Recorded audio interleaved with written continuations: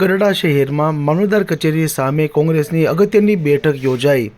મંગળવારની સવારે 11 કલાકે સામે આવેલી વિગત અનુસાર ગઢડા શહેરમાં કોંગ્રેસ દ્વારા અગત્યની બેઠકનું આયોજન કરવામાં આવ્યું હતું, જેમાં ગઢડાના નગરપાલિકાના વિપક્ષ નેતા કોણ બને તેની પસંદગી કરવામાં આવી હતી. જેમાં મિતભાઈ ડાંગરની ગઢડા નગરપાલિકા વિપક્ષ નેતા તરીકે પસંદગી કરવામાં આવી હતી. જેમાં ગઢડા શહેર પ્રમુખ, જિલ્લા મહામંત્રી તેમજ પૂર્વ વિપક્ષ નેતા કનુભાઈ જેબલિયા, અજયભાઈ ઝાલા, સુખદેવસિંહ ગોહિલ, કિશોરભાઈ વેલાણી સહિતના નેતાઓ ઉપસ્થિત રહ્યા હતા અને મિતભાઈ ડાંગરની નગરપાલિકા વિપક્ષ નેતા તરીકે પસંદગી કરવામાં આવી હતી. સુખદેવસિંહ ગોહિલ, જિલ્લા કોંગ્રેસ મહામંત્રી, બોટાદ.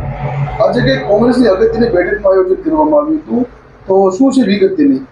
આજે કોંગ્રેસ પક્ષના ચૂંટાયેલા 10 સભ્યો અને કોંગ્રેસના શહેર પ્રમુખ ભાઈ કિશોરભાઈ વેલાણી બધા મળી અને સર્વાનુમતે સભ્યોની લાગણી અને શહેરની લાગણીને અનુસંધાને પૂર્વ નગરપાલિકાના પ્રમુખ ભાઈ શ્રી કનુભાઈ જેબલિયા અને વિપક્ષના નેતા પણ રહી ચૂકેલા એવા વડીલ અમારા કનુભાઈના અધ્યક્ષ સ્થાને આજરોજ એમના નિવાસ સ્થાને મિટિંગ કરેલી અને નગરપાલિકા વિરોધ પક્ષના નેતા તરીકે સર્વાનુમતે મિતભાઈ પ્રભાતભાઈ ડાંગરની વરણી કરી છે અને નગરપાલિકા કોંગ્રેસ પક્ષના દંડક તરીકે રમેશભાઈ રાઠોડ છે, એમની નિમણૂક કરી છે અને આજરોજ એ અગત્યની મિટિંગ અમારી સર્વસંમતોમતે સારી રીતે થઈ છે. મિટિંગ એ બદલ પૂર્વ અમારા વડીલ મુરબ્બી કનુભાઈ જેબલિયા તેમજ શહેર કોંગ્રેસના પ્રમુખ કિશોરભાઈ વેલાણી, અમારા આઈટી સેલના પ્રમુખ ભાઈ અજયભાઈ ઝાલા, સર્વેનો હું હૃદયપૂર્વક ખૂબ ખૂબ આભાર માનું છું કે કોંગ્રેસ પક્ષની જે કંઈ સંપૂર્ણ કામગીરી હતી એ સ્થાનિક લેવલે સૌએ ચર્ચા વિચારણા કરી અને સારી રીતે